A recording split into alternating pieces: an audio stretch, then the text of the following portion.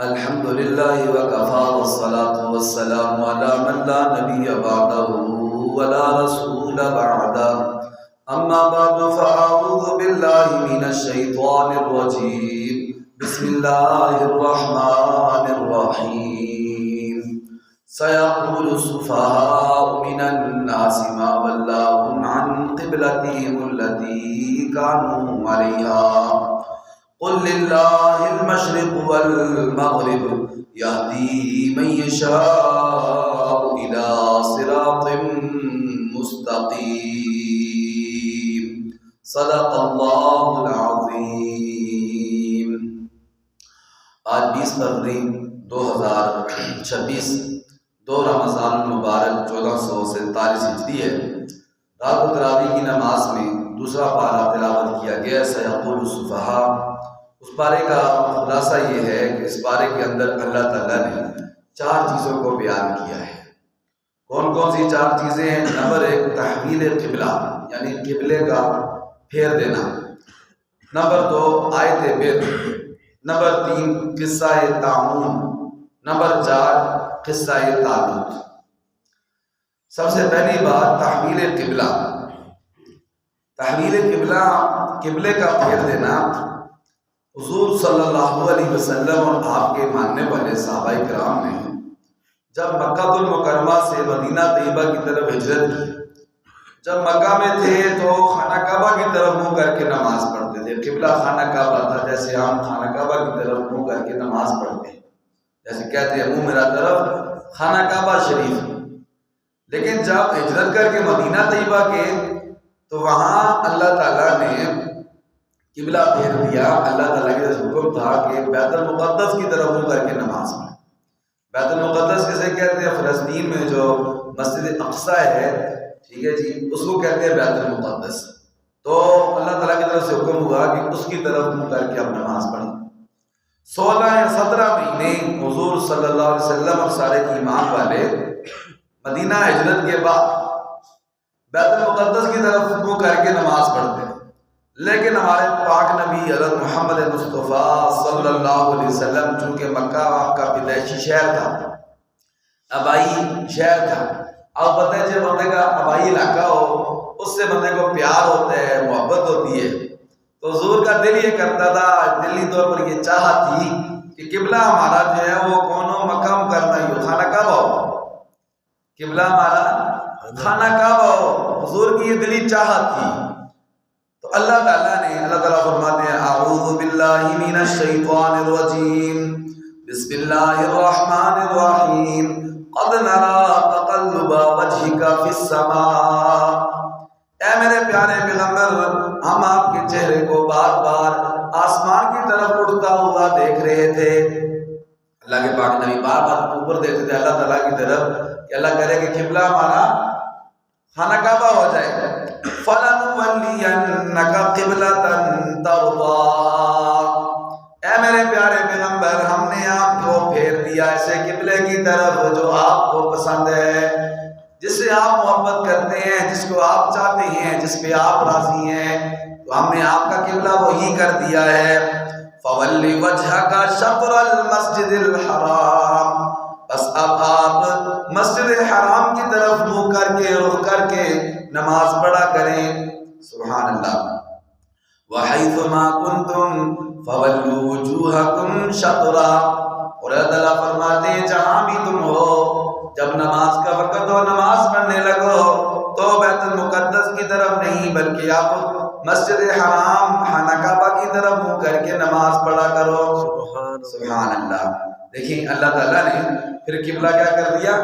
پھیر دیا۔ اسے کہتے ہیں تحویل قبلہ۔ کیا کہتے ہیں؟ تحویل قبلہ۔ دوسرا کون سا مضمون تھا؟ دوسرا ہے آیت بر۔ کون سی ہے؟ اچھا، بر کسے کہتے ہیں؟ بر کہتے ہیں نیکی کو۔ بر کسے کہتے ہیں؟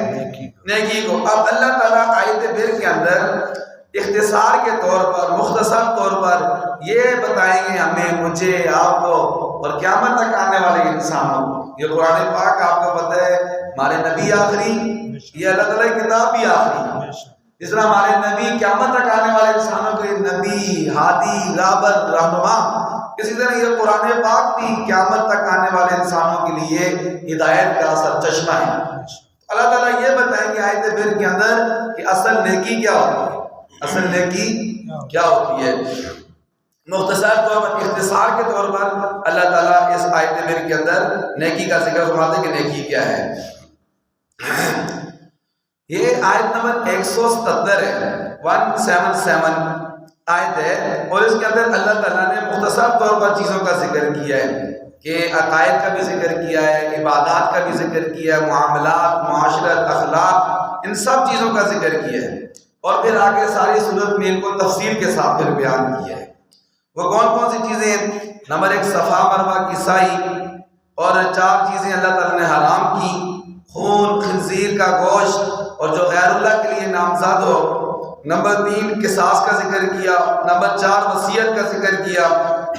نمبر 5 روزوں کا ذکر کیا۔ نمبر 6 اعتکاف کا ذکر کیا۔ نمبر 7 حرام کمائی کا ذکر کیا۔ نمبر 8 قمری تاریخ کا ذکر کیا۔ نمبر 9 جہاد کا ذکر کیا۔ نمبر 10 حج کا ذکر کیا۔ نمبر 11 اللہ کے راستے میں خرچ کرنے کا، وَأَنفِقُوا فِي سَبِيلِ اللَّهِ، اللہ کے راستے میں خرچ کرو، وَلَا تُلْقُوا بِأَيْدِيكُمْ إِلَى التَّهْلُكَةِ، اور اپنے ہاتھوں کو ہلاکت میں نہ ڈالو، اللہ کے راستے میں خرچ کرنے کا۔ پھر شراب کا ذکر کیا، وَيَسْأَلُونَكَ عَنِ الْخَمْرِ وَالْمَيْسِرِ، پیارے نبی جی لوگ آپ سے شراب اور جوئے کے بارے میں پوچھتے ہیں، کہہ دیجئے فِيهِمَا إِثْمٌ كَبِيرٌ، اس میں بہت بڑا گناہ ہے، اس لیے شراب سے بھی بچ کے رہو، جوئے سے بھی بچ کے رہو۔ تو اللہ تعالیٰ نے شراب کا ذکر کیا۔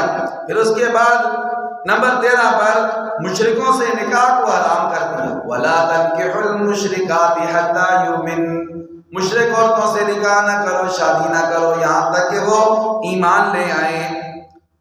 نمبر 15 حیض میں جماع کا ذکر کیا، جو مخصوص ایام ہوتے ہیں خواتین کے، ان میں شوہر کو اجازت نہیں ہے ملاپ کی، اس کا بھی اللہ تعالیٰ نے ذکر کیا۔ وَيَسْأَلُونَكَ عَنِ الْمَحِيضِ، لوگ آپ سے پوچھتے ہیں مینسز کے بارے میں کہ اس میں کیا حکم ہے قریب جانے کا، تو کہہ دیجئے هُوَ أَذًى فَاعْتَزِلُوا النِّسَاءَ فِي الْمَحِيضِ، کہہ دیجئے کہ یہ گندگی ہے، تم دور رہو اپنی عورتوں سے ان دنوں میں۔ اس کا بھی اللہ تعالیٰ نے صحابہ کرام کو جو مسئلہ پیش آتا تھا حضور سے پوچھتے تھے، اور اللہ تعالیٰ ان کے سوال کی برکت سے آسمان سے قرآن بنا کر نازل فرمایا۔ سبحان اللہ۔ تو یہ دین میں دینی مسئلہ پوچھنے میں شرم نہیں ہے۔ دیکھیں قرآن پاک میں اللہ تعالیٰ نے اس کا بھی ذکر کیا دوسرے سپارے میں۔ پھر الہ کا ذکر ہے، نمبر 17 طلاق کا ذکر ہے، 18 عدت کا ذکر ہے، رضاعت یعنی جو بچوں کو دودھ پلانا ہے اس کا ذکر ہے، اقمار کا ذکر ہے، حلالے کا ذکر ہے، اور اسی طرح نمبر 22 عدت کے دوران نکاح کا پیغام، اس کا ذکر ہے۔ یعنی عدت اگر کوئی عورت عدت گزار رہی ہے، چاہے طلاق کی عدت ہو، چاہے اس کا شوہر فوت ہو گیا وہ عدت گزار رہی ہے، طلاق کی عدت 3 مہینے ہوتی ہے، اور شوہر فوت ہو جائے تو 4 مہینے 10 دن عدت ہوتی ہے۔ تو کوئی عورت اگر عدت گزار رہی ہے اور اگر حاملہ ہے، بچہ ہے پیٹ میں، تو اس کی عدت وضع حمل ہوتی ہے، جب بچہ پیدا ہو جائے تو اس کی عدت ختم ہو جائے۔ ٹھیک ہے جی۔ اب جو عورت عدت کے دوران ہو تو اس کو نکاح کا پیغام بھیجنا درست نہیں ہے، جب تک عدت پوری نہ ہو جائے۔ تو اس کا بھی اللہ تعالیٰ نے اس کے اندر دوسرے پارے کے اندر ذکر کیا ہے۔ یہ جو آیت بر ہے اس میں اللہ تعالیٰ نے اجمالی طور پر ذکر کیا ہے، اور آگے پورے اس پارے میں ان چیزوں کو اللہ تعالیٰ نے تفصیل کے ساتھ بیان کیا ہے۔ اب آئیے دیکھتے ہیں کہ آیت بر میں اللہ تعالیٰ نے کن کن چیزوں کا ذکر کیا ہے۔ اعوذ باللہ من الشیطان الرجیم، بسم اللہ الرحمن الرحیم، لیس البر ان تولوا وجوہکم قبل المشرق والمغرب، اللہ تعالیٰ فرماتے ہیں اصل نیکی یہ نہیں ہے کہ تم اپنے چہرے کو پھیر لو مشرق اور مغرب کی طرف، یعنی اصل نیکی یہ نہیں ہے کہ تم مشرق یا مغرب کی طرف اپنا چہرہ پھیرو، یہ تو ایک اللہ تعالیٰ کا حکم ہے۔ اللہ تعالیٰ کہتے ہیں خانہ کعبہ کی طرف منہ کرو تو ادھر کرنا عبادت ہے، اللہ تعالیٰ نے فرمایا بیت المقدس کی طرف رخ کر کے نماز پڑھو، تو اللہ کے حکم کی وجہ سے وہ قبلہ بن گیا۔ مشرق اور مغرب میں کچھ نہیں رکھا ہے، اللہ کا حکم اصل چیز ہے۔ تو اللہ تعالیٰ فرماتے ہیں اصل نیکی یہ نہیں ہے، یا مثال کے طور پر یہ سارے دوسرے الفاظ میں اصل نیکی یہ نہیں ہے کہ بندہ بس اپنا اولیاء جو ہے وہ بنا لے، ٹھیک ہے، یہ اپنی شکل و صورت بنا لے، اپنا گیٹ اپ بنا لے نیک لوگوں کو والا، لیکن حقیقت میں وہ نیکی کام نہ کرے تو اس شکل و صورت کا اس نیت کا کوئی فائدہ نہیں ہے۔ بندے کو چاہیے کہ اصل جو کام کرنے کے وہ کرے۔ اچھا نیکی کیا ہے؟ اللہ تعالیٰ فرماتے ہیں آیت بر میں وَلَٰكِنَّ الْبِرَّ مَنْ آمَنَ بِاللَّهِ، نیکی سب سے بڑی نیکی ہے نمبر 1 اللہ پر بندہ ایمان لائے، اللہ تعالیٰ کو وحدہ لا شریک مانے، وَالْيَوْمِ الْآخِرِ، آخرت کے دن پر ایمان لائے کہ مرنے کے بعد ایک نہ ایک دن میرے زندہ بھی ہونا ہے، قیامت بھی برپا ہونی ہے، وَالْمَلَائِكَةِ، اللہ کے فرشتوں پر ایمان لائے کہ فرشتے اللہ تعالیٰ کی ایک نورانی مخلوق ہیں جو کھانے پینے سے پاک، جو بیوی بچوں سے پاک، جو تھکاوٹ سے پاک، جو ہر وقت اللہ تعالیٰ کی عبادت میں لگے رہتے ہیں، انہیں کیا کہتے ہیں؟ فرشتے کہتے ہیں، جو ہمیں نظر نہیں آتے لیکن موجود ہوتے ہیں۔ اسی طرح جن بھی اللہ تعالیٰ کی مخلوق ہے جو ہمیں نظر نہیں آتی لیکن وہ بھی موجود ہوتے ہیں، ٹھیک ہے جی، لیکن وہ اللہ تعالیٰ جنوں کس سے پیدا کیا ہے؟ آگ سے پیدا کیا ہے۔ والکتاب، اللہ تعالیٰ کی کتاب پر ایمان لانا، والنبیین، سارے نبیوں پر ایمان لانا، جتنے نبی آئے ہیں سب کو سچا سمجھنا۔ ہاں جب ہمارے نبی آگے تو یہ ایمان رکھنا کہ ہمارے نبی حضرت محمد صلی اللہ علیہ وسلم اللہ تعالیٰ کے آخری نبی ہیں، اب قیامت تک آپ کی نبوت چلے گی، اور اللہ تعالیٰ نے دنیا آخرت کی کامیابی اب صرف اور صرف ہمارے نبی صلی اللہ علیہ وسلم کی کتاب میں رکھی ہوئی ہے۔ وَآتَى الْمَالَ عَلَىٰ حُبِّهِ ذَوِي الْقُرْبَىٰ وَالْيَتَامَىٰ وَالْمَسَاكِينِ وَابْنَ السَّبِيلِ وَالسَّائِلِينَ وَفِي الرِّقَابِ، اللہ فرماتے ہیں کہ یہ ہے مال کے ساتھ محبت کے باوجود یہ انسان کی فطرت میں داخل ہے کہ انسان کو مال سے بڑی محبت ہوتی ہے۔ قرآن پاک میں اللہ تعالیٰ فرماتے ہیں وَإِنَّهُ لِحُبِّ الْخَيْرِ لَشَدِيدٌ، بے شک یہ انسان مال کی محبت میں بڑا سخت ہے۔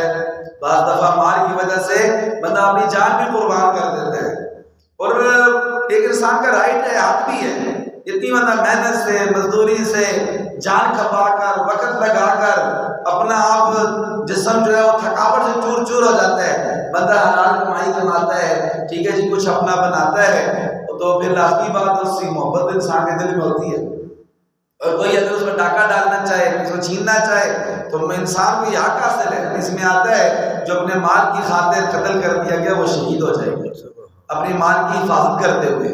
اللہ تعالیٰ فرماتے ہیں مال کے ساتھ محبت کے باوجود جو اللہ کے نیک بندے اچھے بندے ہوتے ہیں وہ کیا کرتے ہیں؟ اپنا مال خرچ کرتے ہیں ذوی القربیٰ، رشتہ داروں پر، والیتامیٰ، یتیموں پر، والمساکین، اور مسکینوں پر، وابن السبیل، اور مسافروں پر، والسائلین، اور مانگنے والوں پر، وفی الرقاب، اور گردن چھڑانے پر۔ کوئی بندہ اگر بے گناہ قید ہو گیا، بے گناہ اس کو پولیس پکڑ کر لے گئی ہے، آپ کو پتہ ہے بندہ بے قصور ہے، کوئی قصور نہیں ہے، تو اس کو چھڑانا، اس کے لیے مال لگانا، آپ کو پتہ ہے خاص کر ہماری پولیس تو پیسوں کے بغیر جو ہے نا بہت مشکل کام ہے، تو وہ مال لگا کے پیسے لگا کے اپنی جان چھڑا دینا، تو یہ بھی بہت بڑی کیا ہے؟ نیکی کا کام ہے۔ تو یہ اللہ تعالیٰ فرماتے ہیں یہ اصل نیکی ہے۔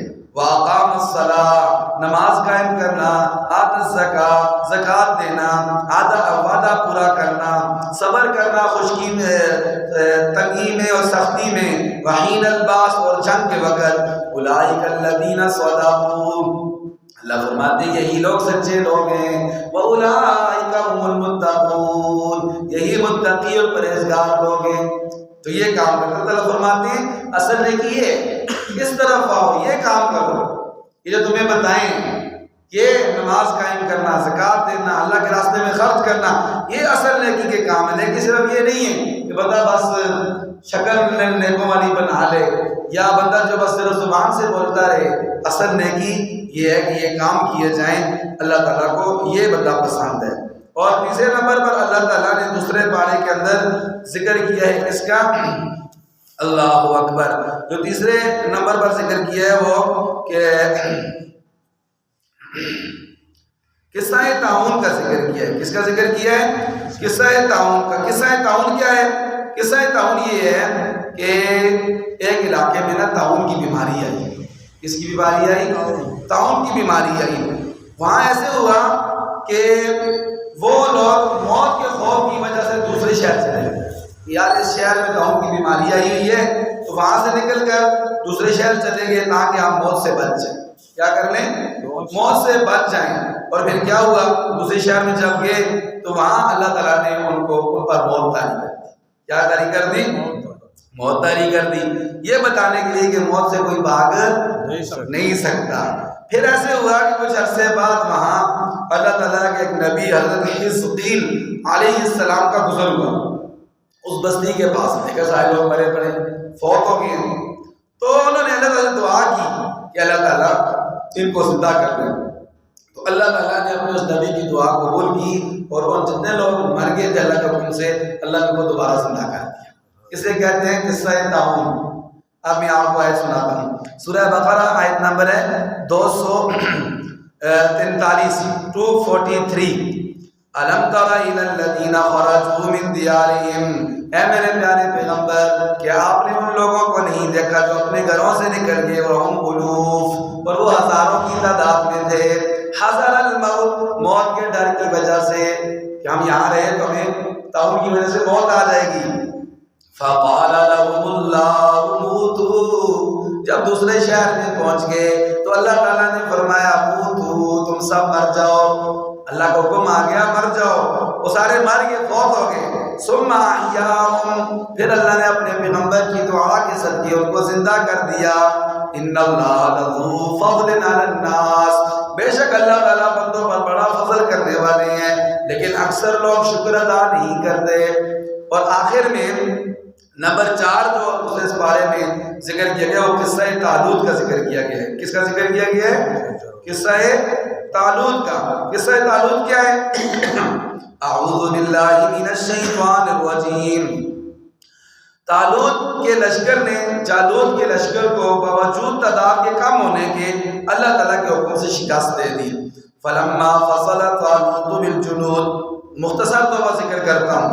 فلما فصل طالوت بالجنود قال ان اللہ مبتلیکم بنہر. جو طالوت تھے انہوں نے اپنے لشکر کو کہا کہ اللہ تعالیٰ تمہاری آزمائش کریں گے. راستے میں جاؤ گے ایک نہر آئے گی پانی کی اور تمہیں شدید پیاس بھی ہوگی. تم نے ایسا کرنا ہے تھوڑا بہت پانی پینا چلو بھر کے. اس سے زیادہ پانی نہیں پینا. جیسے پانی پی لیا زیادہ اس کا میرے ساتھ کوئی تعلق نہیں ہے اور جسے نہ پیا وہ میرا ہے. اللہ اکبر. فمن شرب منه فليس مني. جس نے پانی پی لیا وہ مجھ سے نہیں ہے. ومن لم يطعمه فإنه مني. جس نے پانی نہ پیا وہ میرا ہے. تو طالوت علیہ السلام نے کہا. پھر کیا ہوا؟ فلما جاوزه والذين آمنوا معه. پھر ایسے وہ لوگوں نے پیٹ بھر کے پانی پی لیا. جب پیٹ بھر کے پانی پی لیا پھر ان سے آگے چلنے ہی نہ ہوا تو انہوں نے کہا ہم تو آگے نہیں جا سکتے ہیں. قال الذين يظنون انهم ملاقو الله. تو پھر تھوڑے بندے رہ گئے لشکر میں لیکن یہ ہے کہ اللہ تعالیٰ جو بندے اللہ کی ملاقات کا یقین رکھتے تھے انہوں نے کہا کوئی بات نہیں ہم تھوڑے بھی ہیں تو اللہ تعالیٰ غلبہ دینے والی ذات تو اللہ تعالیٰ کی ذات ہے. فتح دینے والی ذات تو اللہ تعالیٰ کی ذات ہے. کم من فئۃ قلیلہ غلبت فئۃ کثیرۃ باذن اللہ. اللہ اکبر. فرمایا بہت دفعہ ایسا ہوتا ہے ایک چھوٹی سی جماعت کو اللہ تعالیٰ بہت بڑی جماعت پر غلبہ عطا کر دیتے ہیں. جو اسی طرح اللہ تعالیٰ نے طالوت کو جالوت پر جو فتح عطا فرمائی. یاد ہے فہزموہم باذن اللہ. انہوں نے شکست دے دی طالوت کے لشکر نے جالوت کے لشکر کو اللہ کے حکم سے. وقتل داؤد جالوت. اور داؤد علیہ السلام نے اس جالوت کو کیا کر دیا؟ قتل کر دیا اللہ کے حکم سے. تو یہ اس دوسرے پارے کا مختصر سا خلاصہ جو آپ کے سامنے ذکر کیا ہے. 4 چیزیں. نمبر 1 تحویل قبلہ. نمبر 2 آیت بر. نمبر 3 قصہ طاعون. نمبر 4 قصہ طالوت. اللہ تعالیٰ سے دعا ہے اللہ ہم سب کو قرآن پاک کی سمجھ نصیب فرمائے. اصل چیز جو قرآن پاک کی سمجھ ہے. قرآن پاک کو دیکھنا بھی عبادت ہے. قرآن پاک کو چومنا بوسہ دینا بھی عبادت ہے. اونچی جگہ رکھنا یہ بھی برکت کا ذریعہ ہے میرے محترم بھائیوں. پڑھنا بھی ثواب کا ذریعہ ہے. لیکن جو سب سے اصل مقصد ہے وہ قرآن پاک کو سمجھنا ہے. یہ اللہ تعالیٰ کا میسیج ہے اللہ تعالیٰ کا پیغام ہے. اور میسیج کا مطلب کیا ہوتا ہے؟ بندہ میسیج کو سنے پڑھے جو اس میں ہے اس پر عمل کرے. یہ اصل مقصد. یعنی موبائل پر میسیج آئے تو بندہ جو موبائل کو چوم چاٹ کے جو رکھ دے یہ مقصد نہیں ہے. اللہ تعالیٰ سے دعا ہے اللہ ہم سب کو قرآن پاک کا شوق نصیب فرمائے، قرآن پاک کی سمجھ نصیب فرمائے۔ وآخر دعوانا ان الحمد للہ رب العالمین۔ ربنا تقبل منا انک انت السمیع العلیم وتب علینا یا مولانا انک انت التواب الرحیم۔ یا اللہ ہماری حاضری قبول فرما، نماز فجر کو قبول فرما، درس قرآن کو قبول فرما، رات و تراویح کی نماز میں جو دوسرا پارہ پڑا ہے اس کو بھی قبول فرما، کمی کوتاہی معاف فرما، مرد دم کا جالا استقامت نصیب فرما۔ پورا رمضان کا مہینہ ہم سب بھائیوں کو، دوستوں کو، بزرگوں کو اہتمام سے روزے رکھنے کی توفیق عطا فرما، شوق ذوق کے ساتھ، محبت کے ساتھ تراویح کی نماز ادا کرنے کی توفیق عطا فرما۔ اس ماہ رمضان کو ہمارے لیے بخشش کا، مغفرت کا، دوزخ سے چھٹکارے کا سبب و ذریعہ بنا۔ اس ماہ رمضان کو ہمارے لیے جان مال میں، عزت آبرو میں، کام کاروبار میں برکت کا سبب و ذریعہ بنا۔ آمین یا رب العالمین۔